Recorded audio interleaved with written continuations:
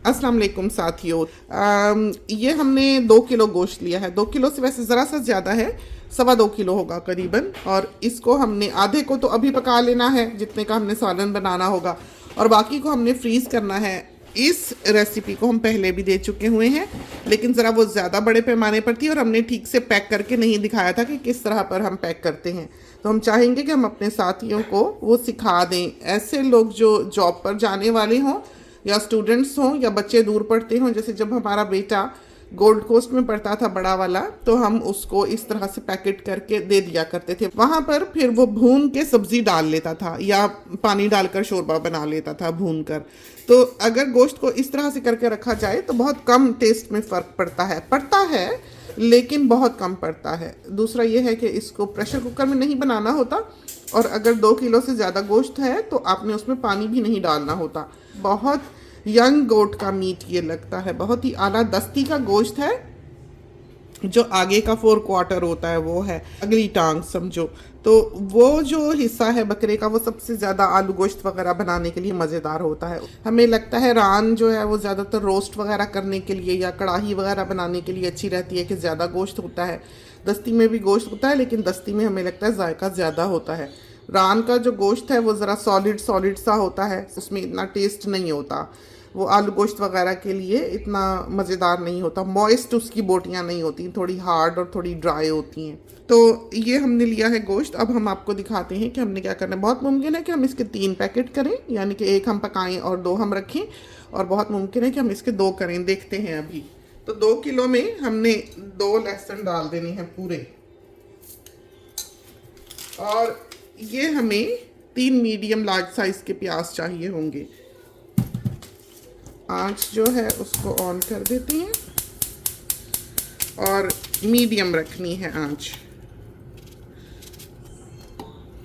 तो 2.5 किलो तक भी गोश्त हो तो इतना प्याज काफ़ी है। ये काफ़ी है प्याज, क्योंकि 2 किलो से ज़्यादा है गोश्त।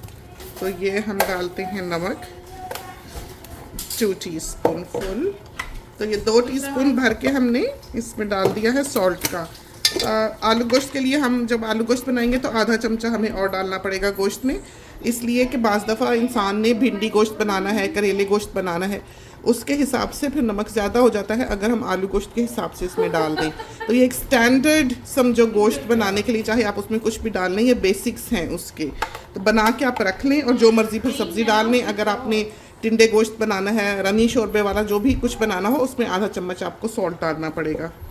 तो 1 टीस्पून फुल हमने इसमें पेपरिका डाली है, क्योंकि आजकल मिर्चों में बिल्कुल रंग नहीं है। और 2 टीस्पून फुल हमने चिली पाउडर डाला है। तो इस वक्त हमने 1 डाला है क्योंकि ये मिर्चें बहुत तेज़ हैं, लेकिन आप 2 डालें। और हल्दी डाली है 1/2 टीस्पून फुल। धनिया डाला 2 टीस्पून फुल, और क्यूमिन सीड्स डाले 2 टीस्पून फुल। तो सब कुछ 2 किलो में 2-2 डालना है। और ये डाले इसमें टमाटर। जी क्या हुआ था? 2 किलो में 2 बड़े बड़े डाल लें, मीडियम हो तो 2.5 डाल लें। इसमें हम डालते हैं 1 कप पानी।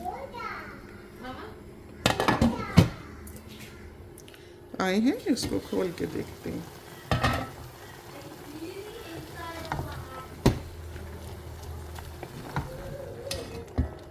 फिर से बंद कर देंगे तो खोल के देखते हैं। ये देखें, देखा आपने, ना टमाटर दिख रहा है ना लहसुन दिख रहा है। अगर आपने 10 किलो बनाना है तो सब कुछ 10 चमचे नमक भर भर के, 10 चमचे मिर्च भर भर के, 10 चमचे सूखा पाउडर धनिया भर भर के, 10 चमचे साबित ज़ीरा भर भर के, और 3 टीस्पून जो है वो आप डाल दें हल्दी के। तो फिर वो 10 किलो जो वो बन जाएगा। फिर उस 10 किलो के आप करीबन 15-18 पैकेट कर सकते हैं, और 15-18 सालन जो है वो आपके बच्चे के या आपके, आप अगर काम करने वाले हैं, सुबह जाने लगे आप फ्रीज़र से निकाल जाएं, आए तो भून के, तेल डाल के भून के बीच में सब्ज़ी डाल लें। आप इसको पका के इसके बड़े अच्छे 3 पैकेट जो है वो बन जाएंगे। 1 हम पका लेंगे और 2 हमने फ्रीज़ कर देने हैं, या हम फ्रिज में रख लेंगे। फ्रिज में रख के 1-2 दिन बाद आप पका लें। देखा, सब कुछ गुम गया, बिल्कुल मिल्की हो गया, यकजान हो गया। और ये याद रहे कि इसने सब्जी के साथ भी गलना होता है, तो इसको बहुत बहुत नहीं गलाना। तो ये करीबन हो ही गया है। ये देखें सब कुछ यकजान हो गया। देखा आपने इस चूल्हे का, देखा ये फ़ायदा बहुत है कि आप ऊपर स्लाइड कर सकते हैं, पॉट गिरती नहीं। बहुत ही किसी ने सेंसेबली बनाया है। चूल्हा मीला का है, तो जितने का हमने आलू गोश्त बनाना है उतना हम यहाँ डाल लेते हैं। आँच ऑन करते हैं।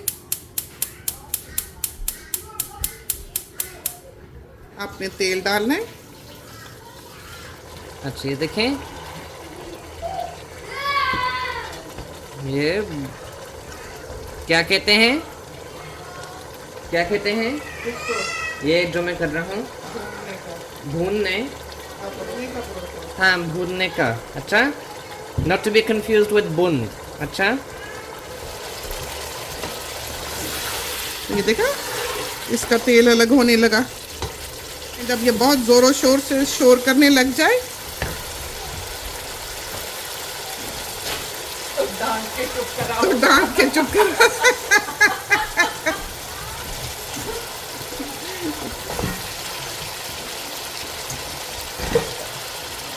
बातें अब सुने जरा, बागी घर में ही पैदा हो गए मैं।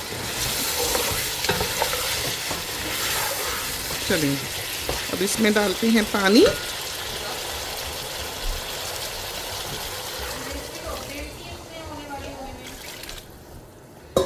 पानी देखते हैं, शोरबा बनाने कितना डाल दें पानी कि सारा कुछ जब डूब जाए।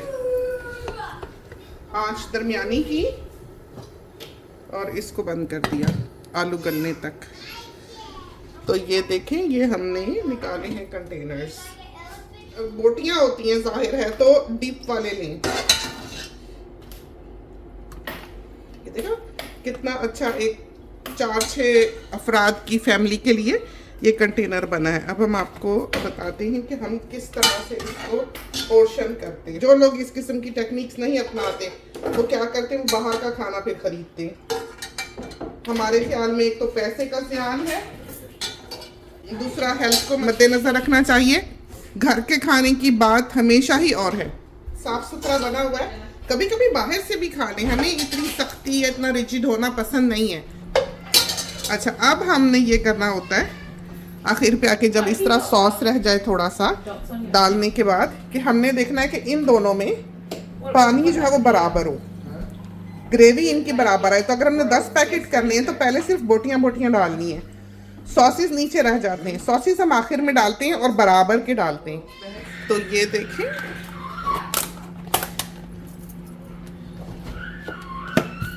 यूं हम इनको बंद कर लेंगे और स्टैक हो जाते हैं। जो दिल करे उसमें आप डाल सकते हैं। बेस जो है मीट की वो ये है।